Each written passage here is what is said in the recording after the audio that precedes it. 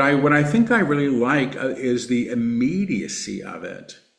When you're channeling, you're in the present moment, no matter what else is going on. So I think of myself as a radio, and when I am channeling, which is, as I said, sort of taking dictation, I'm tuned into a station that I think of as the guides. But what would you say to the person who says, "Hey, Paul, I'm not getting what you're saying because I'm not consenting to war, but you're telling me because I'm in vibrational agreement to this reality and of atrocity and all Yeah. this." So how do you, I mean, one of the problems with the New Age, I suspect, and I thought this for a long time, is it can be a little self-indulgent.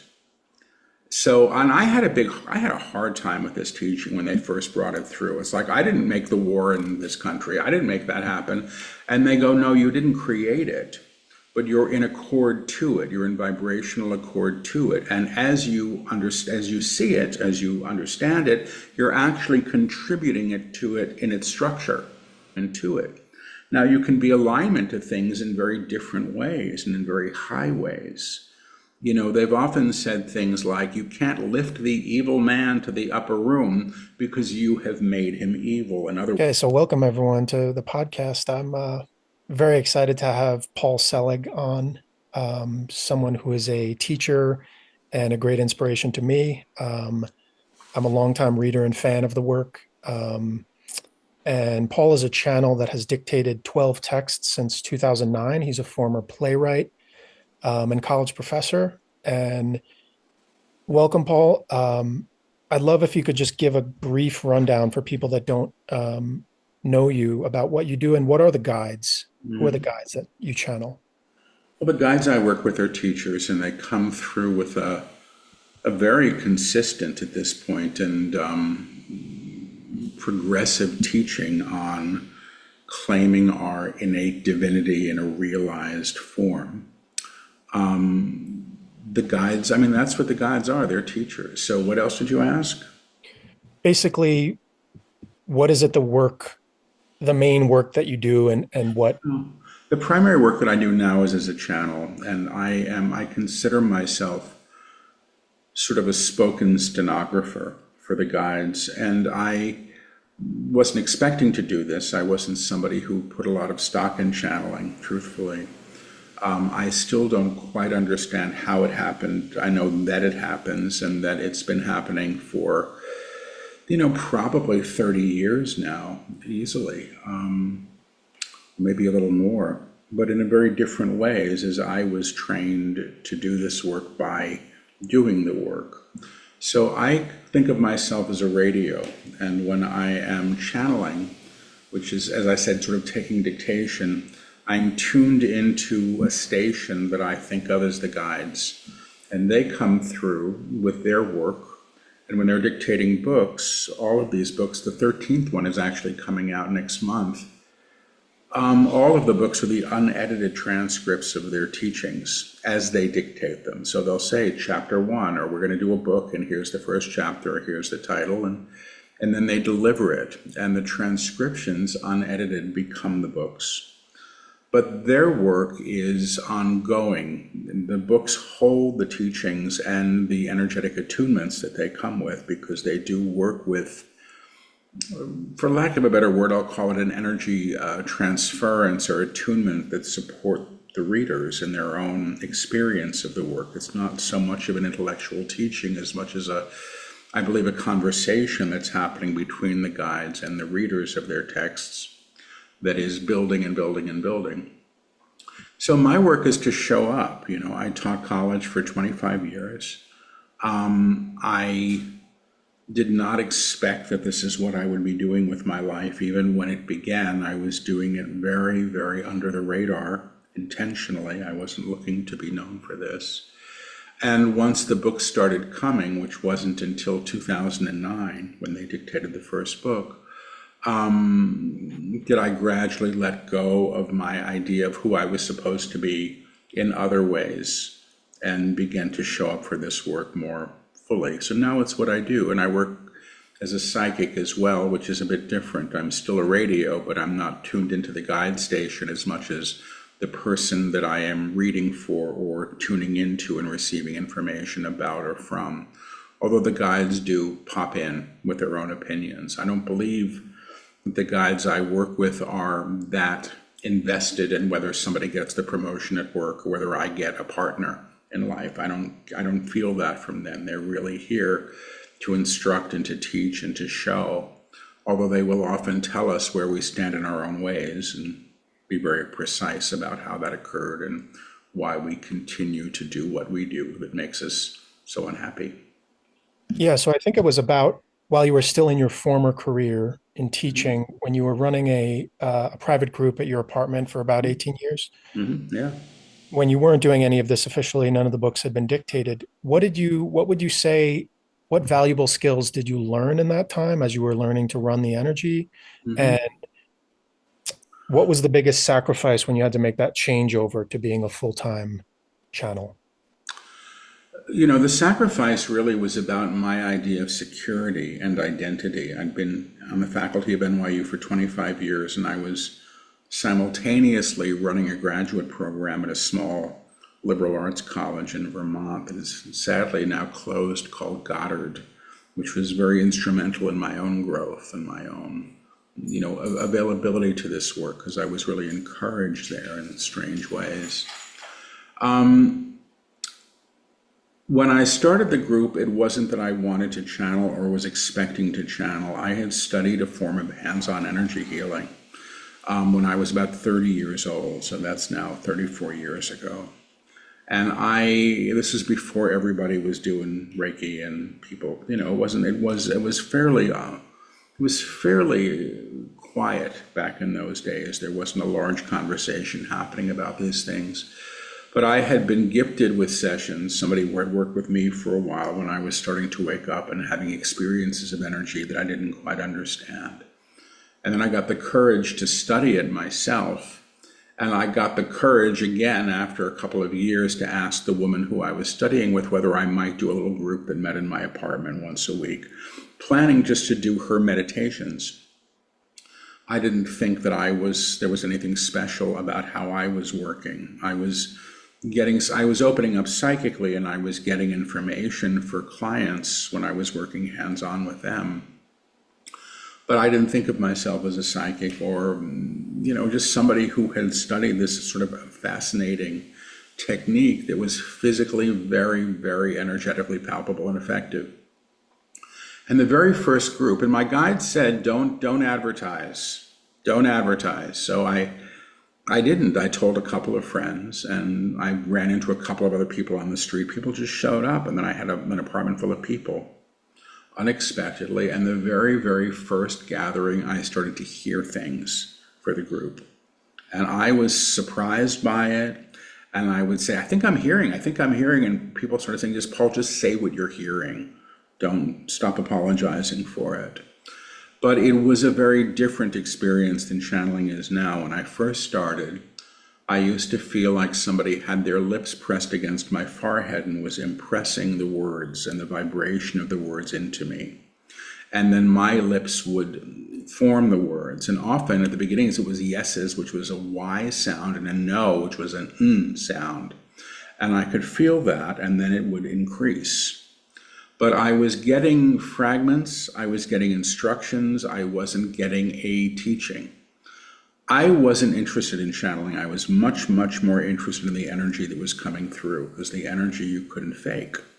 And it was like, who am I to tell people anything? But the energy, we were all feeling it. If you ever saw that old movie Beetlejuice, and everybody's at dinner and their head goes back, I mean, it was dramatic at times. Like the guide would say, we're going to put a hand on everybody's forehead, and the whole room would go whomp. We all felt it. And that was important for me because suddenly I was having a very tangible experience that was being conducted through me in some way, through instruction that I was being given. I wasn't doing my teacher's stuff, which made me very, very nervous. I ended up later breaking from my teacher to do my own work, which was also frightening for me at the time. But I wasn't channeling as we think about it. That group did go on for 18 years, and that group was a laboratory for me to be developed and to get the skill set needed, I think, for what I do now.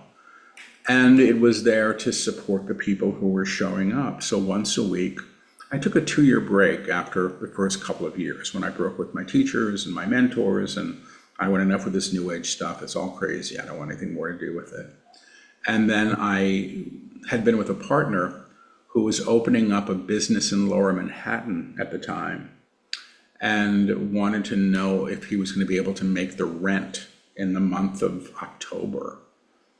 And ask the guides, and I heard no. He said, why wouldn't I make the rent?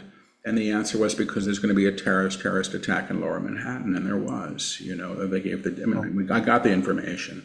I got it through the back door. I wasn't looking for it. I just found out that he didn't make the rent because the neighborhood was shut down. And then I started my group up again after that. I figured, I guess there's something to this. I better do it. And then I never stopped. I never stopped working. But the work was about the energy for me, not the information. And it wasn't until I was 48 years old when the guys said, and the group, I would chain smoke out I'd channel, take a break, smoke out the window. I could care less,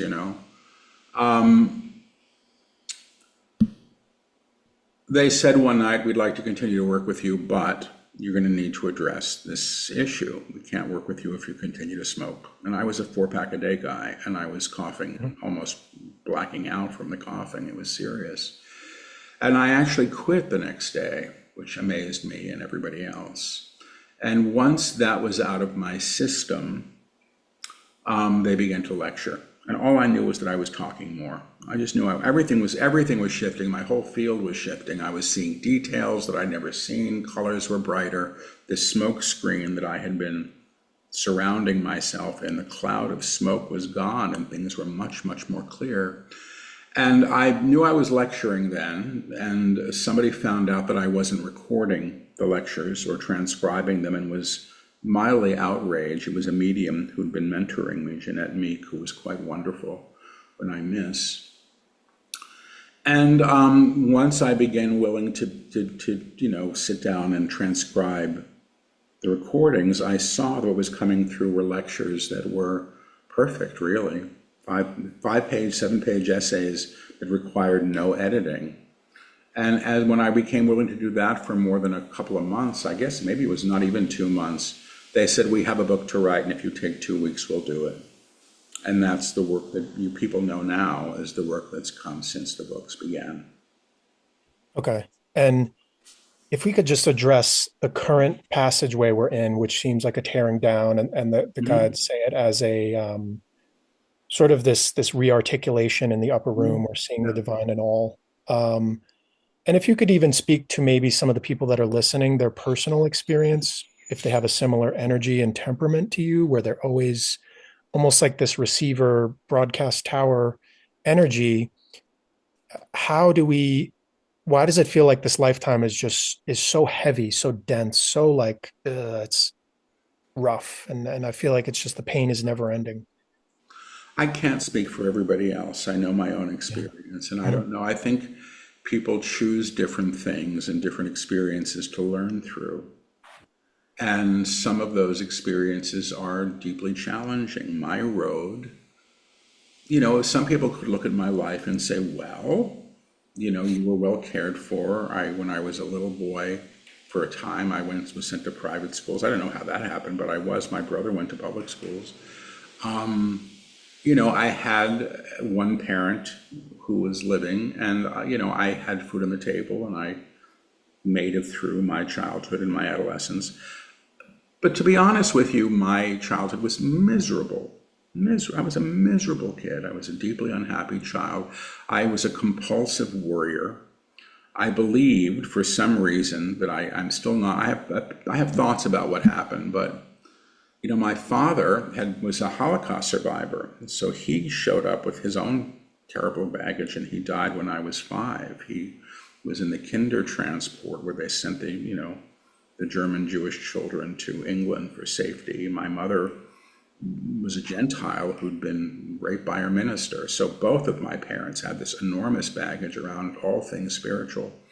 But my father had lines in his forehead, and I adored my father. And I asked him how he got the creased forehead, and he said it was from worry.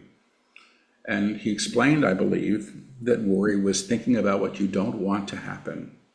And I wanted the lines in my forehead, and I went to bed that night and taught myself how to worry, and I couldn't stop. I didn't stop for years. It was crazy. And what was also crazy was I believed, and for no reason that I can think of, that thoughts were things, that thoughts were powerful and creative. I knew that somehow as a child, and I became frightened of my thoughts. So this was an odd kind of OCD that I was never diagnosed with, or maybe a PTSD, But anyway, that was what I came from, and I self-medicated with alcohol happily. And then when I was 25 and was getting addicted to cocaine on top of the alcohol, I hit a bottom. And I was, a year out of graduate school at Yale. I had a career that was extraordinarily promising, that was already beginning to put me on the map. And then suddenly I just disappeared from the life I thought I was supposed to live, and found myself in recovery, which was really the beginning of an active spiritual life. The beginnings actually preceded my getting sober. I started praying at the end for some help, and it wasn't help with the alcohol as much as it was help for whatever had been wrong for so long. And I heard a voice telling me what to do, and I did it. It was the first voice. And I quit drinking and drugging and found myself on this other spiritual path, and I began opening up psychically the moment I was clean, pretty much. I mean, shortly thereafter, a few months, I had an experience that people said sounded like a Kundalini awakening at 25, which was also bizarre and unexpected. But I began opening up psychically and didn't have a context, and I was enormously sensitive to energy and didn't know that. And I had been as a child. I was sensitive to everything in my crazy apartment and household where I grew up, and I was party to everything around me. So I don't feel that it's any kind of badge of honor. I've known people with much, much, much harder lives than I've had that have managed them with great courage and great dignity. I was more than happy to fall apart and run to therapy whenever I needed it. So, people are different. I think we choose these things, though, in some ways to learn what we came to learn through. And I know that in my case, had things been going the way I thought they were supposed to, I wouldn't be doing the work that I'm doing now. And I didn't run away into this work. This work, in some ways, from the very beginning, really provided an experiential way of knowing phenomena and source energy as something palpable and real that could be known, which was very, very different because I was raised pretty much an atheist between both my parents. Nobody believed in anything anymore, or wanted to, or could, given what they had come from, which was a sense of great betrayal by whatever God they thought there was or had thought there was. Yep. So that's that. And if we could just speak to like the basis of this work, which is an attunement. So when I say, for example, just for people that are new to the concept and the work, we're attuning the world, we're addressing, the evil man and the saint and everyone in between because we're seeing the divine aspect. When I say, I am word through the frequency that exists between me and Paul Selig, word I am word through this intention, word I am word. What exactly is happening between our two souls? And how does this work transform the world? Well, I mean, that's a big question, and there's 13 books that talk about it. I don't know that I can put it in a nutshell for you.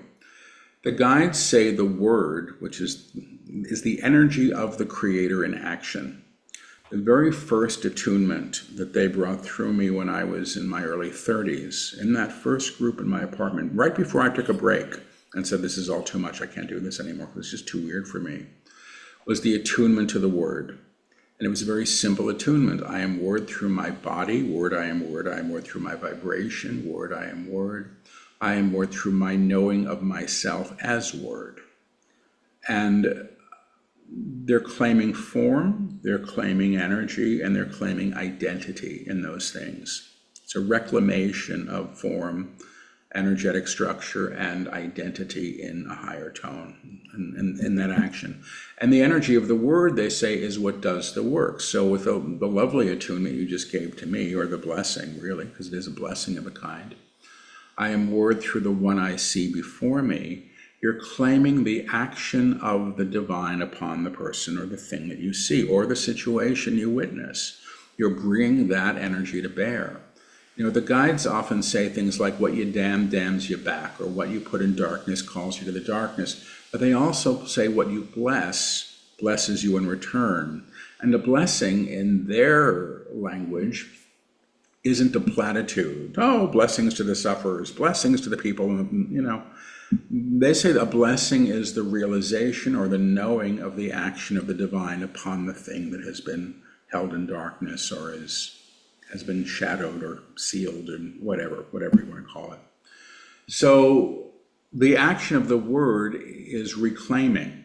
Now that attunement is the basis for the others that have followed, and there's a series of them that continued into the book that they just completed last summer. They won't be out until, I guess, next year. And the attunements are all energetic, how can I say this? The guides say that the language they work with is encoded with vibration. So if you go to a jukebox and you play D4 and the same song always plays, this is the equivalent of invoking D4, and the music of the attunement begins to work with you in an experiential way.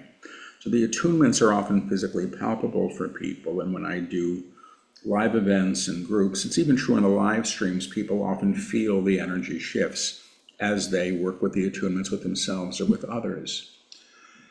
So what the guides do finally, and this is as they've moved past that first attunement, they speak about how we in some ways become a light.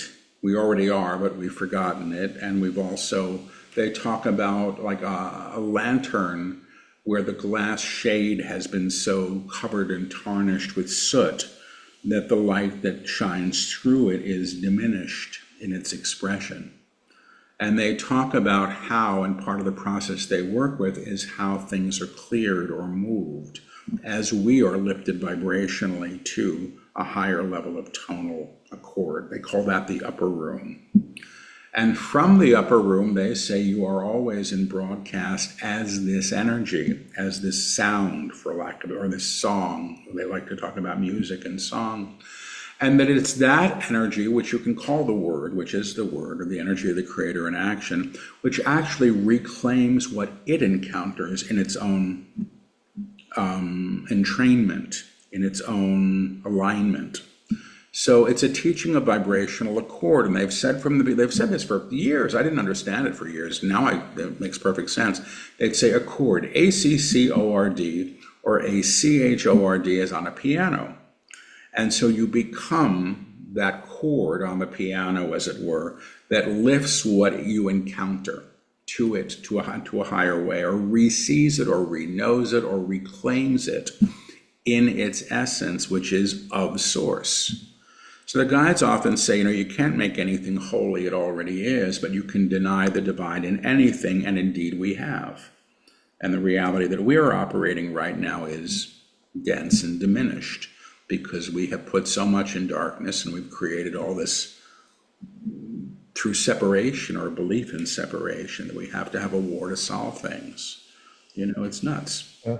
So these, and you speak of them, and the guides speak of them as these collective agreements or subtle agreements that we have both inherited, but it's almost like these programs or broken records running in our consciousness, Yeah. and we sort of incarnated into this world. And it's like, I get it. It's like we expect war, we expect hate, we expect Mhm. division, competition, etc. But what would you say to the person who says, "Hey, Paul, I'm not getting what you're saying because I'm not consenting to war, but you're telling me because I'm in vibrational agreement to this reality and of atrocity and all Yeah. this." So how do you? One of the problems with the New Age, I suspect, and I've thought this for a long time, is it can be a little self-indulgent. So, and I had a hard time with this teaching when they first brought it through. It's like, I didn't make the war in this country. I didn't make that happen. And they go, no, you didn't create it, but you're in accord to it. You're in vibrational accord to it. And as you see it, as you understand it, you're actually contributing it to it in its structure through thought. So the example they gave, I said, well, so if there's a book on the table in Paris, am I in accord with the book on the table in Paris? And they said, yeah, the moment you know about the book on the table in Paris, you're in vibrational accord to it. You're holding it in your consciousness, and consequently, you're in alignment to it. Now, you can be alignment to things in very different ways and in very high ways. You know, they've often said things like, you can't lift the evil man to the upper room because you have made him evil. In other words, you've met that man at that level of base darkness, and you're affirming that. And you can't really shift the energy there unless you move to a different level of tone or a different place where you can claim the inherent divinity in spite of what he's done or what you think of him politically or personally or behaviorally. The realization or the knowing of the inherent divine seems to be key here.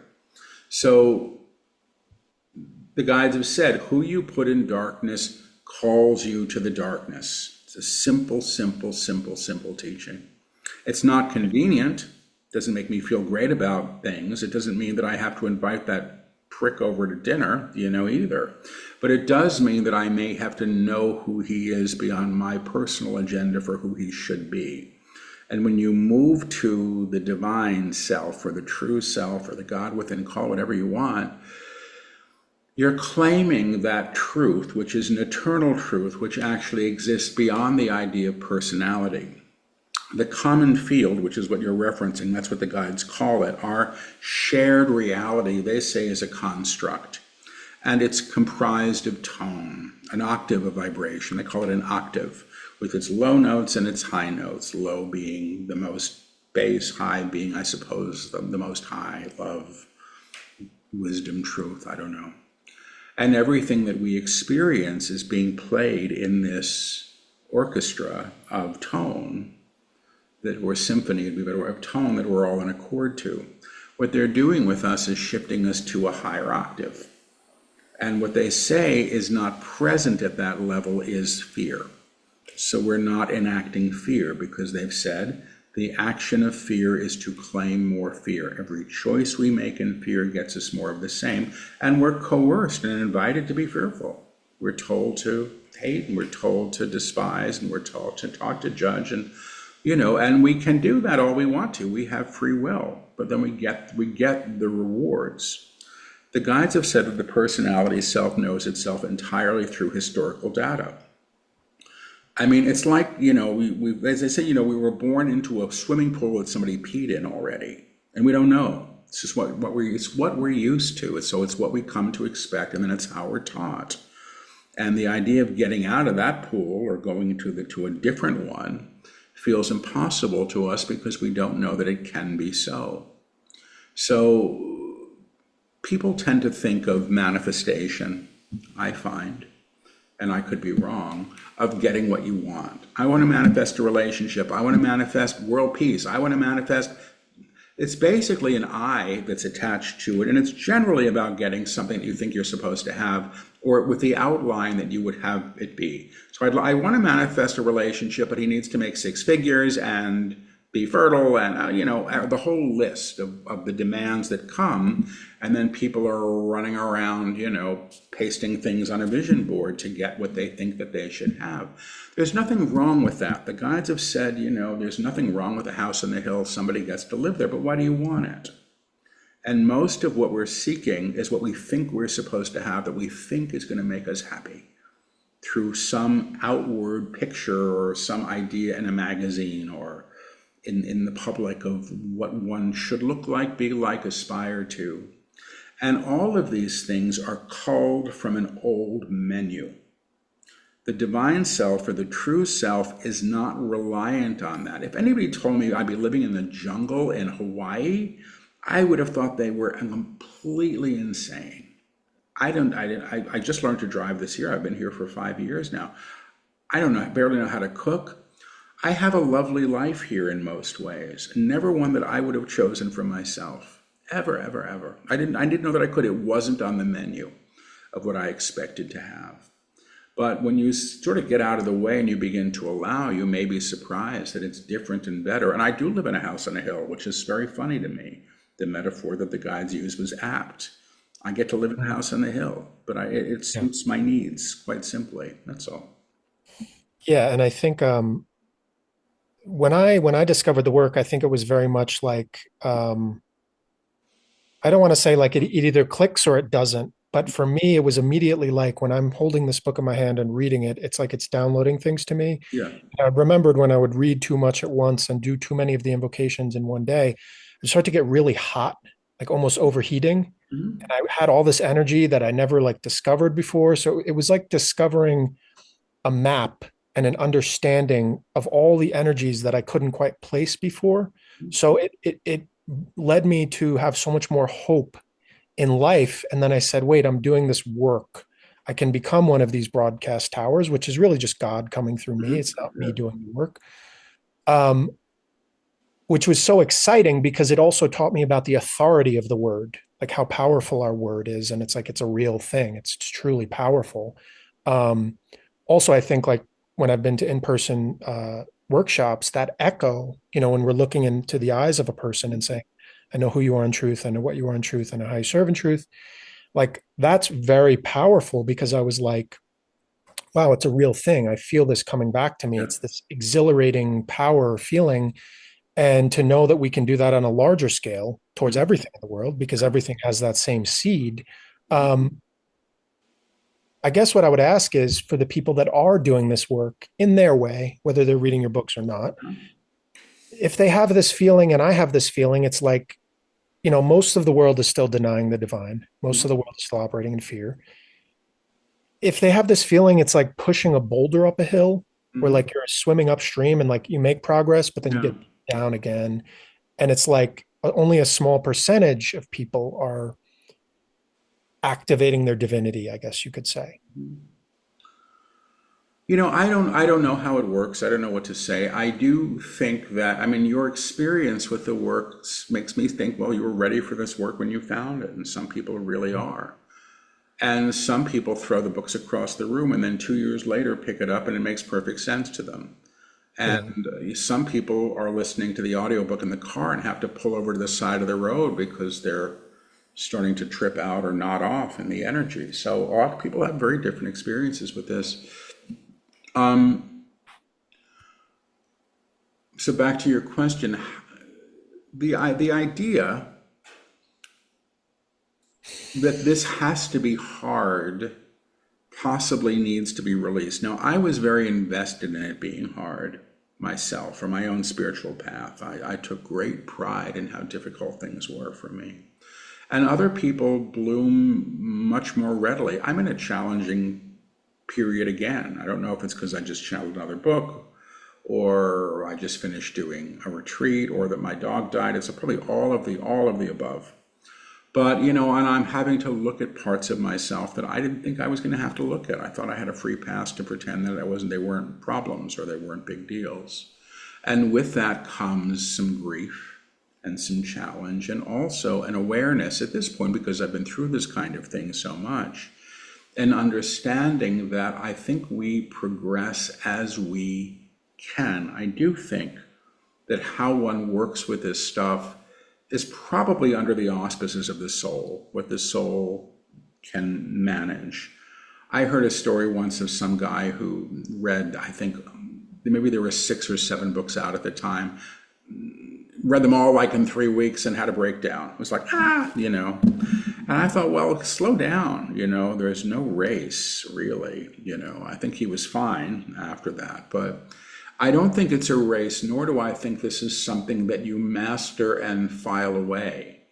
I don't think that I graduate from this myself, but I also don't call myself enlightened, maybe more awake than I was, But I'm not aspiring to that in the way that I think I was when I was a young man and I was so determined. I had asked when I was studying with my old teacher back in the old days, I'd had enough big experiences of source energy that really challenged everything that I thought was real. And I was taking a class with her, and she said, okay, everybody, write down one thing that you want and write it down very, very carefully because you're going to get it. And she gave us a little prayer to work with. And I believed her, so I knew this was going to be potent. And I could have asked for a partner or an apartment or tenure, anything I could have asked for. And I didn't. I said something to the effect of, I want to go all the way with God. Because that's what I felt in my heart at that time. And it was a real sense of calling and yearning. And I sometimes, and have I been given that? I don't know that I know I don't think I've done that. But what I do sometimes think is that what the guides have given is a path with which to do that, which is all the books. The books in some ways were the answer to that, which I find fascinating because who thought I'd been a writer with the worst case of writer's block of anybody I've ever met in my life. The first book was dictated, no proofreading, over 2 weeks. I think they now take about a month because I'm not doing always 2 hours in a day. When I'm doing, I think the last book was maybe 23 days or something like that of sittings. And that was in retreat when I was doing probably a couple of lectures for the book in front of students every day. So I don't know, I've lost your question because I gave you an anecdote that you didn't ask for about That's okay. my own No, you answered path. you Okay. answered it well, I think. I I was going to ask next, and I have some of the books here, but I was going to ask for the these are some of the ones, but Mhm. for the watchers on Mhm. YouTube, um, for the next book, Divine Union, random, but why was it released in January instead of the usual September? And also, what are the new energies that it will be addressing in this new trilogy? Or The only reason that it's published in January is because it was delivered. It was unexpected. The publisher, I had a contract to do another book and a memoir, and the memoir, or two more books and something like that. Anyway, the book arrived unexpectedly, and the publisher said, okay, we're not going to be able to get it out by, we missed the fall list, we'll do it in the winter. Fine with me. And they also decided to do it in hardcover, which was interesting. But unlike the other books are all trilogies, and this is a standalone book, and the one that they've just dictated since is also a standalone, although I really feel that those two books work together now that I've had some encounters with them. The new book, they say, and the one that follows it, both the guides say, hold the energies of all the prior texts. So when you're working with this text, in some ways, you're working with the energy of all of them. I don't know that you're going to have the intellectual comprehension that you get and the specificity that you get by going through the 12 prior books. And it's not that you can't read them. People do, and they're useful. It really is useful to go through them because the teachings build. But the energies of these books are all, in some ways, I want to say they feel to me like, and this isn't what the guides have said, but completion energy. The attunement that's in the book that's not going to be out until for another year, because I just delivered it. I am in God, I am of God, I am with God, which is what they've been teaching, is quite palpable, and that very much is about shifting the environment that you find yourself in. And when I only know this because I thought, well, where this attunement came out of the blue, I wasn't expecting this. But I've been doing the audiobook for Divine Union, which is out next month. Now, I'm sitting in a little recording studio once a week and doing this. And the guides are clearly preparing everybody for that attunement. It's just so present, like, okay, this is the prelude to that.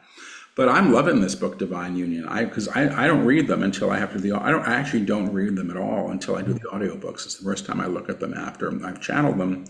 But I recall maybe a third, if I'm lucky, of the dictation. And now that I'm channeling directly without whispering and repeating, I'm retaining even less. So, what Yeah. is this book?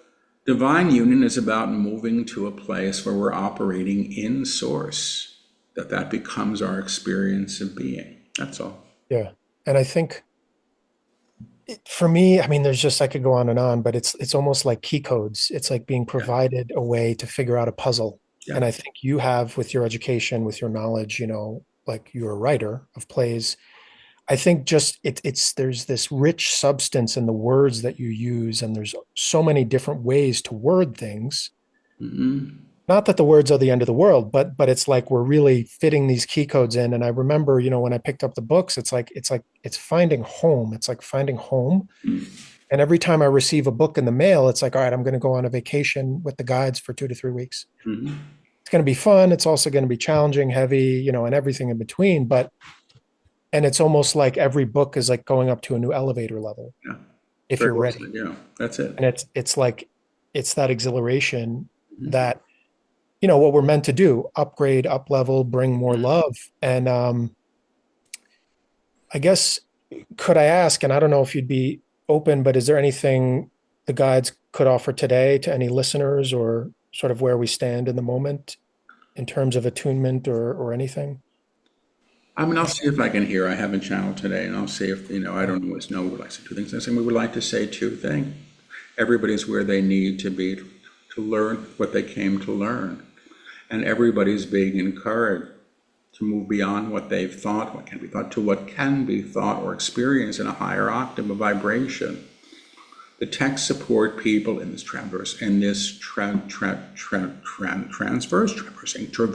of octaves, but the individual, wherever he or she sits, wherever he or she sits, simply needs to say, I am willing to know, I am willing to know, I am willing to learn, I am willing to become who I am in a more full way, beyond it is beyond my old ideas, born in limitation of what is allowed or can be so, period. And they're saying period.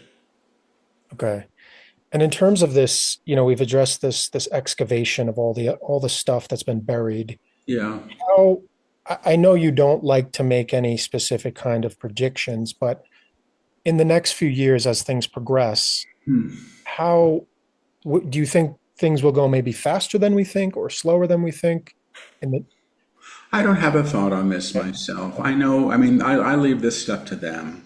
yeah, When they've done predictions in the past, they've been very accurate, I have to say. And they began in like 2019 talking about a breakdown of systems that was coming. And these political systems, education. Even 2 years ago, 3 years ago, they were saying this stuff, and I'm thinking, oh my God, I'm going to have to live with these things that they're saying. Everything's going to change. It's your education, medicine, religion, economics. Everything is going to be moved. And they talk about it as a very uncomfortable process, but one that may be essential. Because what they've said a long time back was that everything that was created in fear is going to need to be recreated in a higher level. And you can call greed fear, you can call bigotry fear, you can call the intent to harm fear, in many of its in different forms. And so they've said, if you can imagine, say, a brick building, well, the bricks may be sound, the need for the building may be sound, but what's holding it together, the cement or the glue, is fear. And that building is lifting to a higher level of vibration or to be made new or reknown. You may find that it doesn't stand in the way that it did. So they've said, like, there's nothing wrong with a bank. The first bank was when the first hunter dropped his purse with somebody so he could go off into the woods with a bow and arrow. But what a bank has become is something different. And they say each bank you walk into is holding the fingerprints and the thoughts of everyone who's ever tended the idea of bank throughout time. And, while the idea that ennobled it to begin with may have been fine and healthy, what it may have become is something very, very, very different. And so how things shift is in some ways moving to a kind of, I would say, a reconciliation with essence. And that may mean that things don't stick around the way they have been or that we've been used to. And maybe that's okay. I don't hear, they've said, fortunately, humanity is going to make it. They've said that. But I don't think it's going to be necessarily a graceful shift, because I think there's tremendous resistance to change. And it's understandable. I have tremendous personal resistance to change. And, in some ways, I think we may be asked to look at ourselves and everything that we've been party to in a different way. So does this accelerate? I assume it will accelerate. Do I think that's a bad thing? Not necessarily. Do I think it's a comfortable thing? I doubt it. Do I think it's a useful thing? Probably, even though at the moment it looks like shit much of the time. Yeah. And that's a challenge. I have my own opinions about how things should be. But, I tend to be looking at things through my own prescriptive lens. And when I do their work, they're not looking at it. They do say we're accountable to all of our choices. We have the means to destroy everything now, and we can do it if we want to, and we'll learn through that. They said, you don't have to learn the futility of war by blowing everybody up. You can, but that's not the highest way. There are other ways to learn the lesson, and that's, I think, what we're in for. Can I ask what's personally the part that you love most about your work? I think what I most love about it, I think it uses valuable parts of myself. The part of me that enjoyed being a college teacher for all those years. I'm a shy guy, but I learned how to sit in front of a room full of people. And I was a good and loving college teacher. I really will give that much to myself. I cared about the people that I taught, and I operated with as much integrity as I had. And I was devoted in some ways to, at least I wasn't phoning it in. So it uses pieces of me that I like that don't get used. But what I think I really like is the immediacy of it. When you're channeling, you're in the present moment, no matter what else is going on. It was really interesting. I just did a week in Costa Rica, which was a really good week-long event. And we live streamed the whole thing for the first time, with good tech. But I found out, I left, took 2 days, it takes 2 days to get to Costa Rica from Maui, where I live, if you're gonna fly smart. And I think it took 3 days this time. But I found out after the first night that one of my dogs had died unexpectedly, and I was shocked and horrified and heartbroken. And I was like, how am I going to do this retreat? It's like my family, how am I going to do this retreat? The guides were fine. They're always fine, but they actually saw me through it. And part of the reason was that I stayed in the present moment, and my focus was not on my own stuff. I got to sort of be in support of everybody else. So I like being in the energy, I like being in the work, and I enjoy being in the role. It's not that I enjoy being a channeler or what people think of that, but I enjoy being able, as Paul, the parts of me that come through. And I really do enjoy the psychic stuff that I do in those things too, because all of these things confirm the reality of the work, which I like. When I'm not doing the work, I go, what the hell is this stuff? Is this real? Even though I look at my bookshelf and there's all these books that I didn't write with my names on the cover, that's nuts to me still. But when I'm in the work and sharing the work with other people, the reality of the experience is shared, and it's irrefutable. Yeah, and I know you've worked pretty extensively with couples. I'm not sure if you're still doing that, but I'm just wondering, maybe what is the most common thread of difficulties or roadblocks that you would encounter there? I do a lot of readings for individuals about their relationships, and I've been on hiatus from private readings to try to write a memoir for a while. although I may get back into it because I miss some of it. I rarely sit with couples together. I've been known to do it. But when I'm reading one person, it says, this is if the other person's in the room too, because I'm hearing them both telepathically. I'm not necessarily in the space with them. They may be on Zoom or on the phone. One of the few one-size-fits-all things that the guides have been known to say is you have to forgive the other person for not being who you want or wanted them to be. Because they're being who they are. I didn't want him to be the one who cheated. I didn't want her to be the one who left me. You know, whatever those things are. But that's who they are, and that's what they chose, and that's what they did. And that helps. And a lot of it's expectation, which is, I suppose that's the same thing. When I'm reading for a couple, I mean, if I was reading for you, I would tune into you, I would hear the part of you that shows up in relationship to your question. And you might be saying something like, I never get what I want, I never get what I want. And I may tune into the person you're involved with, and she may be saying, well, screw him, I'm never going to get what I want here either. Then I can find out, and I can maybe broker a conversation at a higher level. If you think of those old switchboards where people used to plug in the cords, and I'm like a switchboard. I'm like this plugging you, brokering a higher level conversation. It's really interesting, and what's most interesting to me is the accuracy of it, because I'll often start to resemble people when I step into them. But that's me. Yeah, I think and when you've done that for me, when I've asked questions, I think you have such a good handle on, like, you can make an exact expression of someone almost as if they're in your body. Yeah. And I really appreciate that because it's very detailed and expressive. But the thing I wanted to ask was, the guides will say, when you've said, who are we? And they talk about being the Melchizedek guides in the order of the Melchizedek. They say we are who you can be or will be when you truly know who you are.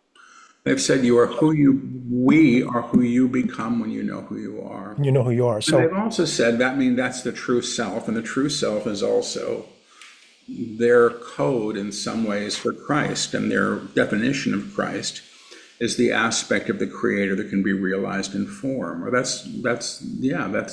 Christ they call a principle. The Christ is a principle. It's the eternal. It's the monad, the aspect of God that expresses in an individuated way that is always of the whole as well.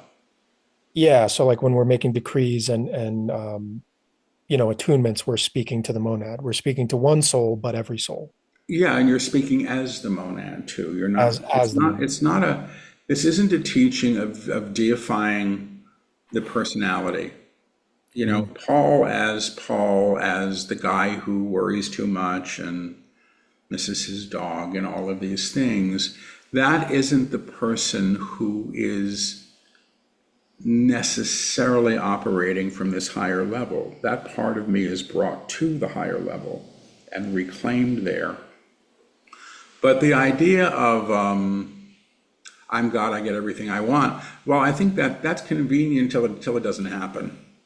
That's convenient until the relationship doesn't heal or the cancer doesn't go away. And then you go, what the is this crap, But I think to understand that the God within is who you truly are.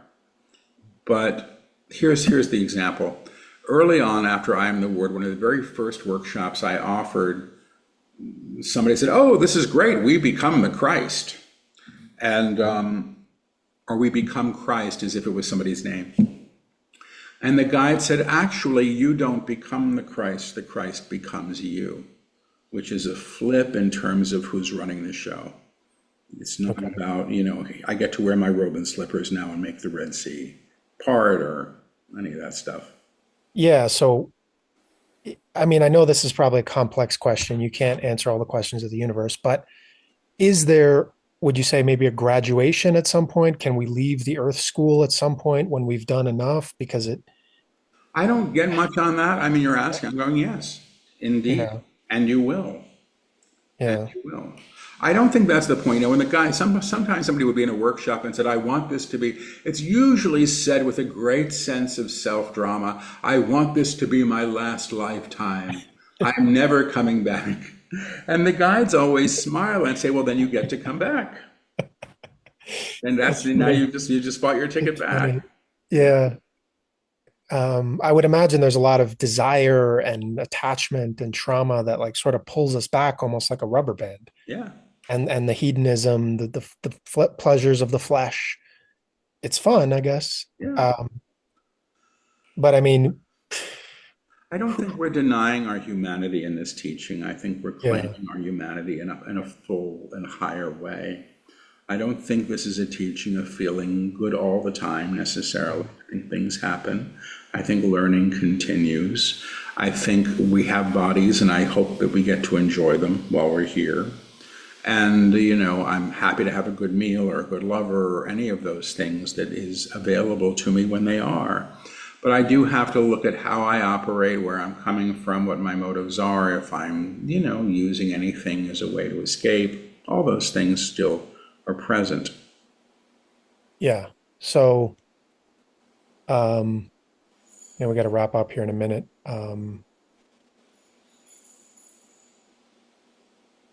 Do you think we have made progress in the last 10 years? Like if you would compare it to, I've made progress in the last 10 years. Have we? Yes, I get yes, but not in a way that you see.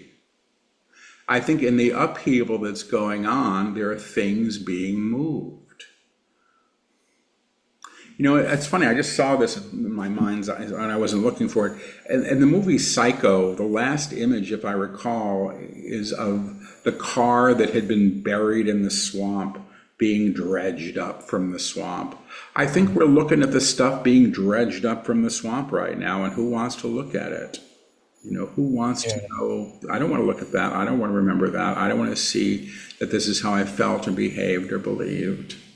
And it's not about walking around feeling like crap. I suspect that nothing changes until we're first willing to take a peek at it. yeah. So, thank you so much, Paul, for everything. I really, really appreciate it. You're welcome. Yeah. And I encourage anyone to check out Paul's books. I'll put the links and for your website and both in-person events and live streams. Great. It's a great experience. So, thanks so much again, Paul. Thanks for having me. Nice to see you, Peter. Good to see you.